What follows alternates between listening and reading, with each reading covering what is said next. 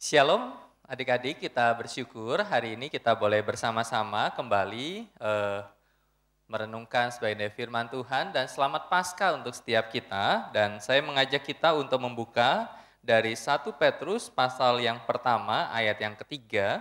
Saya akan bacakan untuk setiap kita.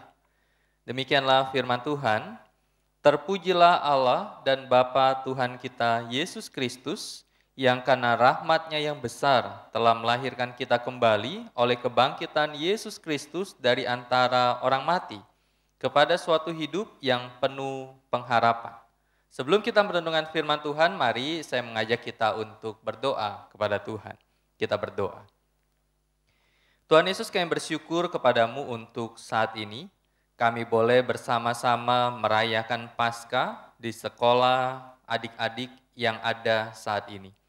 Tuhan, kami bersyukur untuk penyertaan Tuhan, untuk kegiatan belajar mengajar, dan untuk penyertaan Tuhan sehingga kami boleh beribadah hari ini. Berkati kami yang akan belajar sebagai firman-Mu. Di dalam nama Tuhan Yesus kami berdoa dan bersyukur. Amin. Adik-adik, ketika kita bicara tentang melihat, seperti itu ya, maka apa sih yang biasa kita lihat dengan mata kita? Jadi setiap kita diberikan Tuhan untuk bisa melihat.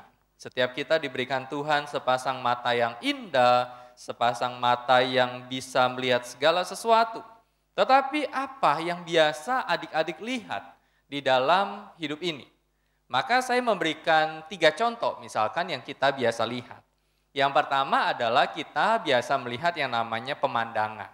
Nah adik-adik, di dalam masa-masa COVID ini mungkin kita sudah terlalu pengen untuk jalan-jalan sama papa mama kita. Kita biasanya sebelum COVID kita jalan-jalan ke Bali, misalkannya ke Lombok, ke daerah-daerah yang penuh dengan pegunungan yang bagus, yang indah, ke pantai. Dan saya nggak tahu adik-adik sukanya mana, gunung atau pantai. Tetapi kita, mata kita senang melihat hal-hal yang indah. Kemudian yang kedua, mata kita pun senang melihat layar handphone kita.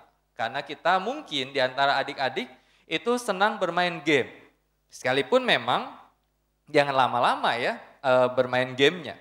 Tetapi banyak anak-anak atau banyak remaja-remaja atau banyak anak-anak kecil yang ketika bicara tentang handphone itu sudah tidak asing. Dan ketika bicara tentang handphone maka suka main game di handphone. Jadi saya suka lihat kalau seorang anak dia menundukkan kepala, jari jemarinya secara khusus jempolnya itu bergerak-gerak, saya tahu tuh anak itu sedang main game. Dan itu yang kita lihat, main game.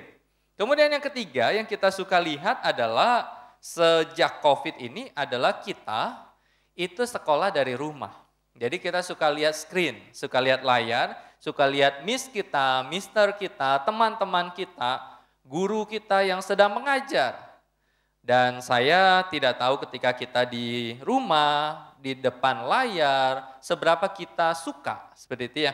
Tetapi itulah kenyataannya bahwa kita sepanjang 1 tahun ini itu suka melihat layar, kegiatan belajar mengajar di depan layar.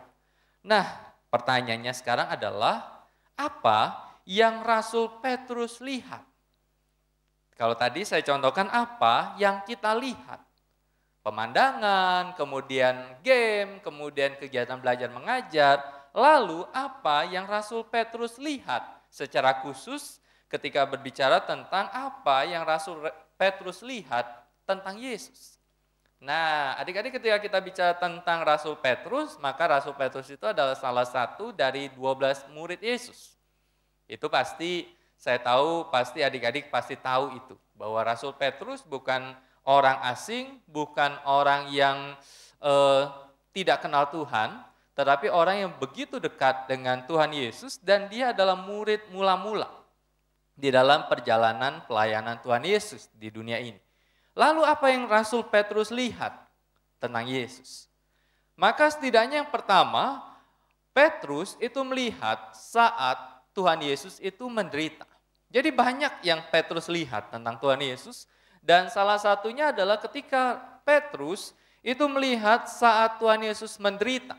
Saat Tuhan Yesus ditangkap, saat Tuhan Yesus diadili, saat Tuhan Yesus memandang kepada Petrus Dan para perempuan bertanya, bukankah engkau salah satu dari murid orang itu? Bukankah engkau yang selalu bersama-sama dengan dia? Dan kita tahu ketika Petrus melihat Tuhan Yesus yang menderita, maka Petrus pada saat itu dia menyangkal. Dan kita tahu juga bahwa ayam berkokok. Dan Petrus tahu dia sudah menyangkal akan gurunya. Tetapi di luar pembicaraan tentang Petrus yang sudah menyangkal Tuhan Yesus, maka kita bisa tahu bahwa Petrus melihat saat Tuhan Yesus menderita. Dia saksi mata tentang penderitaan Tuhan Yesus. Kemudian yang kedua, apa yang Petrus lihat? Rasul Petrus melihat ke dalam kubur Tuhan Yesus. Adik-adik, ketika kita melihat tentang peristiwa kebangkitan, dan hari ini kita merayakan tentang kebangkitan Tuhan Yesus, maka peristiwa kebangkitan itu pertama dilihat oleh teman Petrus, para perempuan, dan kemudian para murid selain Petrus. Dan kemudian ketika mereka kasih tahu kepada Petrus dan teman-teman yang lain bahwa kubur Yesus sudah kosong, batu yang besar itu sudah terguling dan pintu kubur itu terbuka. Dan apa yang dilakukan oleh Petrus? Petrus segera lari ke kubur itu dan dia masuk ke dalam kubur itu. Dan dia melihat betul bahwa kubur itu kosong. Petrus melihat ke dalam kubur Tuhan Yesus yang sudah kosong. Dia beberapa hari yang lalu, dia lihat jenazah, jasad Tuhan Yesus dibaringkan di dalam kain kafan itu dan dibaringkan di dalam kubur itu. Tetapi saat itu dia lihat tidak ada jasad lagi. Tidak ada jenazah lagi dari jenazah Tuhan Yesus. Kemudian apa yang Petrus lihat dari Tuhan Yesus? Petrus melihat Tuhan Yesus adalah Tuhan. Nah, adik-adik, ketika kita melihat bagian ini, di dalam 1 Petrus pasal yang pertama ayat yang ketiga, dikatakan terpujilah Allah dan Bapa Tuhan kita Yesus Kristus. Sesuatu yang luar biasa, Petrus yang pernah menyangkal Yesus, Petrus yang pernah lari, Petrus yang berkata aku tidak kenal dia. Pada akhirnya Petrus di dalam suratnya dia berkata bahwa terpujilah Allah dan Bapa kita Tuhan Yesus Kristus. Bapa, Allah, Bapa, Tuhan Yesus Kristus. Petrus pengenalannya begitu kental, begitu kenal dia tentang Yesus. Dia kenal Tuhan Yesus bukan sebatas sebagai seorang guru yang baik. Dia kenal Tuhan Yesus bukan sebatas sebagai seorang yang memberi makan 5.000 orang. Dia kenal Tuhan Yesus bukan sebatas sebagai orang yang mampu menyembuhkan orang yang sakit, membangkitkan orang yang mati, tetapi dia kenal Tuhan Yesus sebagai Tuhan. Karena itu tidak salah dan tidak berlebihan ketika kita berkata bahwa Tuhan Yesus itu adalah King of Kings, Raja di atas segala raja. Tidak sesuatu yang berlebihan ketika kita berkata bahwa Tuhan Yesus pun adalah Lord of Lords. Tuhan di atas segala Tuhan. Kenapa? Karena memang dia adalah Tuhan. Dan itulah pengenalan akan Rasul Petrus ketika dia melihat akan Tuhan Yesus. Lalu pertanyaan adalah kalau Tuhan Yesus adalah Tuhan, kalau Tuhan Yesus adalah Allah, kalau Tuhan Yesus adalah Bapa Tuhan Yesus Kristus, maka untuk kita gimana? Untuk kita efeknya apa? Untuk kita dampaknya apa? Maka kalau kita lihat di dalam bagian ini, maka Rasul Petrus berkata bahwa Tuhan Yesus yang adalah Tuhan itu, Tuhan Yesus yang telah mati di atas kayu salib, yang telah dikuburkan, Tuhan Yesus yang sama yang telah hidup, dan Tuhan Yesus yang sama yang hidup itu, yang melahir barukan kita. Nah, adik-adik, ketika kita bicara tentang lahir, gitu ya, setiap kita itu pasti pernah lahir. Saya punya gambar nih untuk kita. Gambar seorang janin yang ada di dalam kandungan. Jadi gambarannya itu kurang lebih gambaran kita sebelum kita lahir, dilahirkan. Kalau kita melihat seorang janin di dalam kandungan, itu besarnya itu seperti, bisa dikatakan seperti beras, satu beras itu. Sekecil ini. Kemudian dia bertumbuh, punya berat, kemudian dia mulai punya tangan, punya kaki, dan kemudian dia bisa beraktivitas di dalam perut. Dan ketika waktu kalian beberapa tahun lalu, waktu kalian untuk lahir, 9 bulan 10 hari, tiba-tiba mama kalian mengandung dan melahirkan kalian. Itu lahir.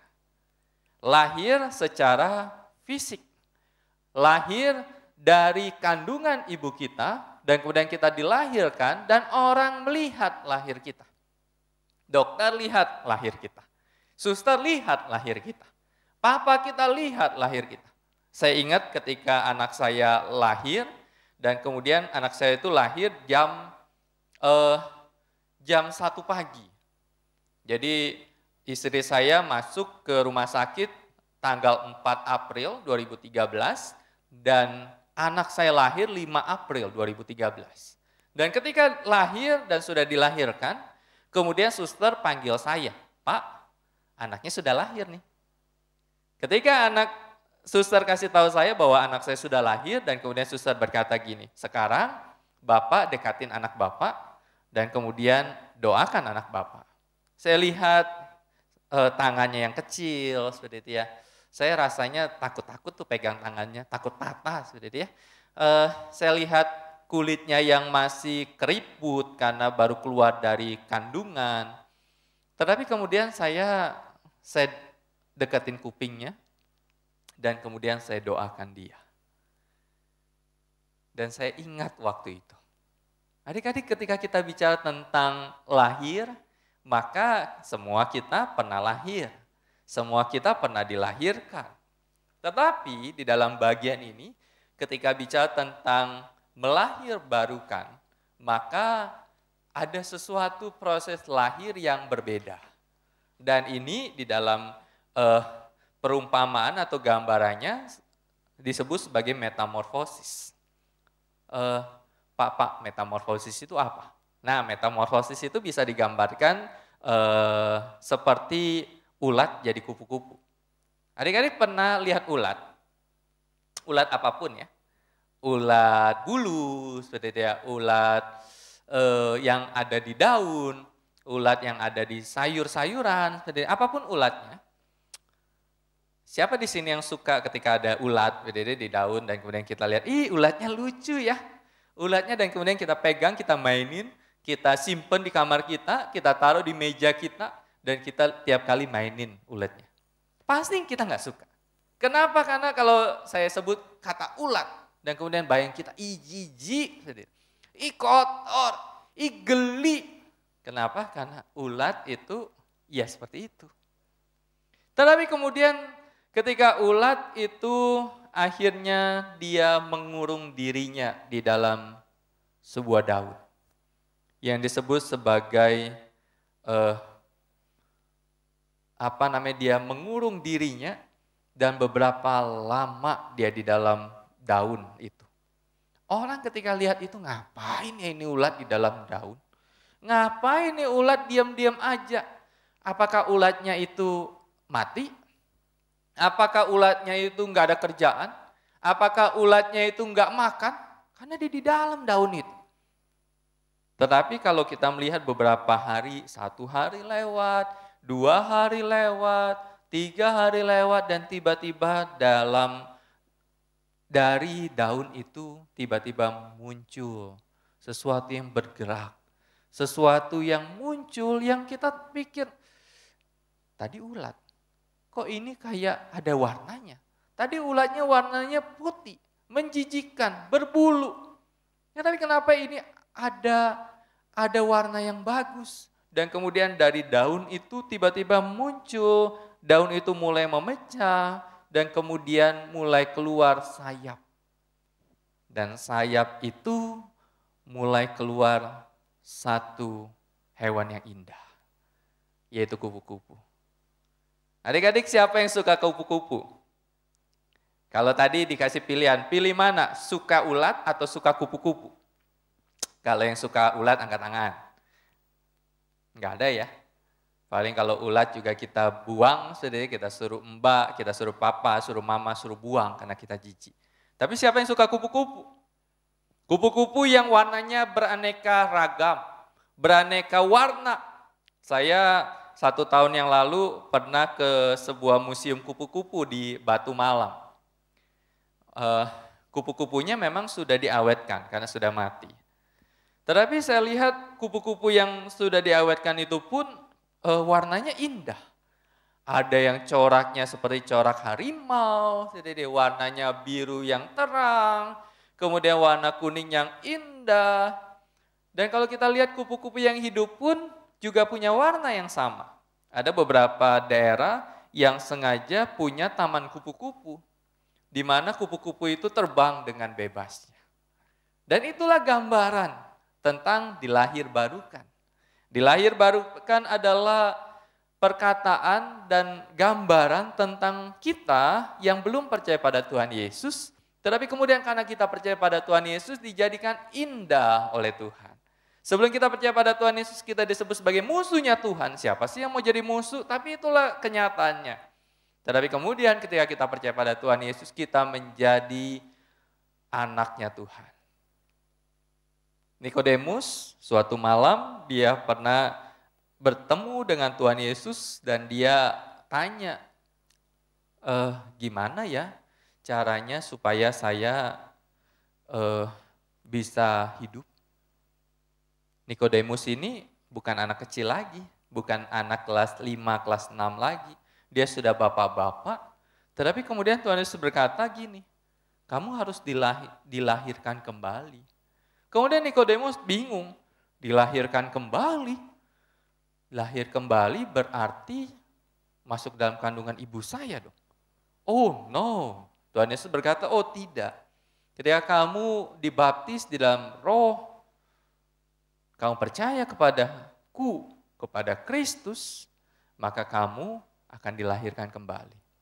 Adik-adik, ketika kita bicara tentang hal ini, maka kita bicara bahwa Petrus mengenal Tuhan Yesus sebagai Tuhan yang hidup itu, yang melahirbarukan. Kenapa dan bagaimana bisa lahir baru?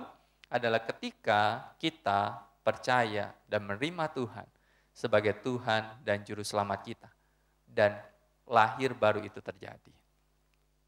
Adik-adik di sini, siapa di sini yang sudah percaya dan menerima Tuhan Yesus sebagai Tuhan dan Juru Selamat?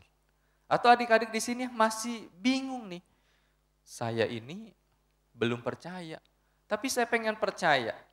Jangan keraskan hati adik-adik, buka hatimu untuk percaya pada Tuhan. Kalau adik-adik di sini juga masih berkata, untuk apa saya percaya sama Tuhan? Maka jangan keras hatimu, buka hatimu untuk Tuhan. Kalau kau buka hatimu seperti tadi ulat, nggak akan selamanya jadi ulat. Kalau kita buka hati kita, tidak selamanya kita jadi orang berdosa. Tetapi kalau kita buka hati kita untuk Tuhan, kita akan menjadi anak-anak Tuhan. Adik-adik ketika kita melihat akan hal ini, lalu bagaimana ciri orang yang sudah lahir baru? Yang pertama, kita percaya kepada Tuhan Yesus. Kalau tidak percaya pada Tuhan Yesus, maka kita tidak bisa lahir baru.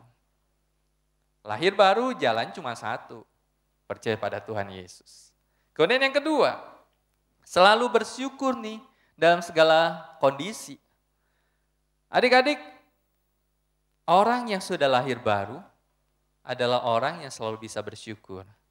Saya nggak tahu adik-adik, itu orang yang sukanya ngeluh, sukanya marah. Ada makanan di meja yang makanan yang sederhana dan kita bilang sama mama, aduh bosen. Tapi kalau adik-adik adalah anak-anak Tuhan yang sudah dilahir baru kan oleh Tuhan, maka makanan apapun di meja makan, kita tahu makanan itu adalah berkat Tuhan untuk kita. Karena itu belajar bersyukur dengan apapun. Situasi sekarang pun yang kita belajar di rumah, Tetapi belajar bersyukur, sekalipun kita belajar sekolah di rumah, tetapi kita tetap di dalam kondisi yang sehat. Papa mama kita dalam kondisi yang sehat. Kemudian yang ketiga adalah senang untuk berdoa. Ada orang yang bilang gini, Pak, saya itu senang berdoa. Berdoanya berapa kali? Berdoanya 5 kali. Berdoa makan 3 kali nih sehari. Bangun tidur, kemudian tidur 5 kali dalam sehari. Apakah itu bagus? Bagus. Dibanding ketika makan nggak doa gitu ya. Dibanding ketika bangun tidur nggak doa. Dibanding kalau mau tidur nggak doa. Ya lebih bagus. Tetapi ketika kita menjadi anak Tuhan, sudah dilahir barukan oleh Tuhan, maka ada kata di sini, senang untuk berdoa. Dengan kata lain, bukan karena sebagai sebuah kebiasaan berdoa itu, tetapi sebagai sebuah kesenangan untuk berdoa. Kenapa? Di dalam kita berdoa, kita sedang ngobrol sama Tuhan. Kemudian yang keempat, tidak lupa untuk merenungkan firman Tuhan.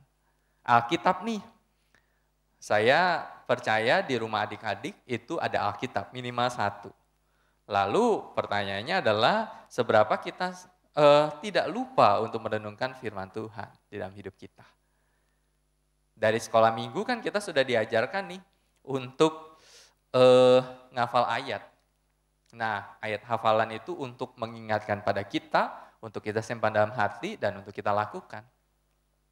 Kemudian yang kelima, Tuhan selalu diajak nih dalam setiap hidup kita. Jadi kalau kita sudah lahir baru, maka kita selalu ingin ngajak Tuhan di dalam semua apa yang kita lakukan di sekolah, seperti itu ya, belajar di rumah, sekolah dari rumah. Maka kita tahu bahwa Tuhan itu nggak jauh dari kita. Dia selalu dekat sama kita dan kita tahu kalau dia dekat sama kita, maka nggak ada lagi tuh kata nyontek. Saya yakin adik-adik nggak suka nyontek. Tapi kalau misalkan ada kesempatan untuk nyontek, maka kita berkata, aku nggak mau nyontek. Kenapa? Karena Tuhan selalu saya bawa nih, selalu hadir di dalam hidup saya, sehingga kalau saya nyontek Tuhan sedih, Tuhan nggak suka kalau saya nyontek. Kemudian yang kedua adalah Petrus, Rasul Petrus berkata bahwa Tuhan Yesus yang adalah Tuhan itu memberikan kita pengharapan. Kalau bicara tentang pengharapan, sederhananya adalah sesuatu yang membuat kita bisa semangat dalam hidup. Kenapa? Karena kita tahu bahwa ke depan itu ada hal yang baik yang kita akan terima. Itu pengharapan. Nah, ketika bicara tentang pengharapan, maka pengharapan itu ada 2. Yang pertama adalah pengharapan di dalam hidup kita di dunia ini. Sebagai anak-anak Tuhan, kita tahu pengharapan kita di dalam dunia ini adalah kita akan dipelihara Tuhan. Di dalam doa Bapa kami, Tuhan Yesus mengajarkan, berikanlah kami makanan pada hari ini yang secukupnya. Di dalam Alkitab berkata bahwa burung pipit itu tidak pernah menanam. Bunga bakung tidak pernah meminta. Anak-anak Tuhan tidak pernah meminta-minta. Tuhan pelihara kita. Di tengah-tengah COVID ini, banyak orang itu mengalami yang namanya sulit. Tetapi saya percaya kita diberikan Tuhan rasa cukup. 1 hari cukup makan, sekalipun mungkin sederhana seperti itu ya. Cukup bisa tidur, cukup bisa belajar dengan baik. Dan itu pemeliharaan Tuhan untuk kita. Itu pengharapan kita kepada Tuhan yang memelihara kita. Papa mama kita masih bisa kerja, papa mama kita masih bisa usaha, papa mama kita masih bisa bayarin kita uang sekolah. Itu adalah pemeliharaan Tuhan untuk kita. Kemudian yang kedua adalah pengharapan kita adalah pengharapan yang jangan hanya sebatas di dunia ini. Tetapi pengharapan kita adalah pengharapan tentang hidup yang kekal itu. Di dalam Wahyu pasal 21 ayat yang keempat, dikatakan di sana, dan Ia, Tuhan, akan menghapus segala air mata dari mata mereka, dan maut tidak akan ada lagi. Tidak akan ada lagi perkabungan, atau ratap tangis atau duka cita, sebab segala sesuatu yang lama itu telah berlalu. Itulah pengharapan bagi anak-anak Tuhan. Itulah pengharapan kita yang dimiliki oleh Tuhan yang hidup, yaitu pengharapan tentang kehidupan yang kekal bersama dengan Tuhan. Surga bukan hanya sekedar bicara tentang lantainya dari emas, sehidupnya baik-baik aja di sana, tetapi ketika kita bicara tentang surga, adalah karena kita bisa bersama-sama dengan Tuhan selamanya.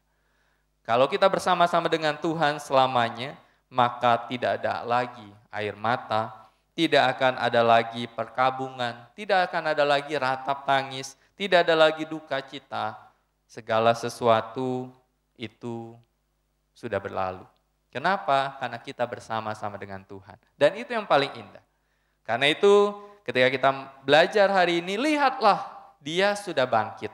Kita diajarkan bahwa Tuhan Yesus yang kita sembah, yang kita peringati kebangkitannya hari ini, adalah Tuhan Yesus yang adalah Tuhan yang melahirbarukan kita sebagai milik Tuhan. Dan Tuhan Yesus yang sama yang memberikan pengharapan kepada kita, baik di dunia ini, pengharapan akan pemeliharaan daripada Tuhan, maupun di dalam kekekalan, pengharapan untuk tinggal bersama-sama dengan Tuhan. Adik-adik mau akan hal itu? Kalau mau, mari buka hati adik-adik untuk menerima Tuhan sebagai Tuhan Juru Selamat dan berjalanlah di dalam iman itu bersama-sama dengan Tuhan. Tuhan Yesus memberkati kita berdoa. Tuhan Yesus, kami bersyukur kepadamu untuk saat ini. Kami bersyukur kami boleh merayakan Paskah saat ini. Tuhan berkati untuk adik-adik di dalam sekolah mereka, berkati orang tua mereka, dan secara khusus biarlah adik-adik di dalam masa kecil mereka boleh mengenal kebenaran di dalam Tuhan, boleh percaya kepada Tuhan, dan menerima Tuhan sebagai Tuhan Juru Selamat, sehingga mereka dilahirbarukan oleh Tuhan menjadi milik Tuhan, menjadi orang yang punya pengharapan, baik di dunia ini maupun pengharapan tentang hidup yang kekal itu. Terima kasih Tuhan, biarlah Tuhan yang menyertai akan adik-adik, menyertai para guru, menyertai para orang tua. Di dalam nama Tuhan Yesus kami berdoa. Amin. Tuhan Yesus memberkati kita. Amin.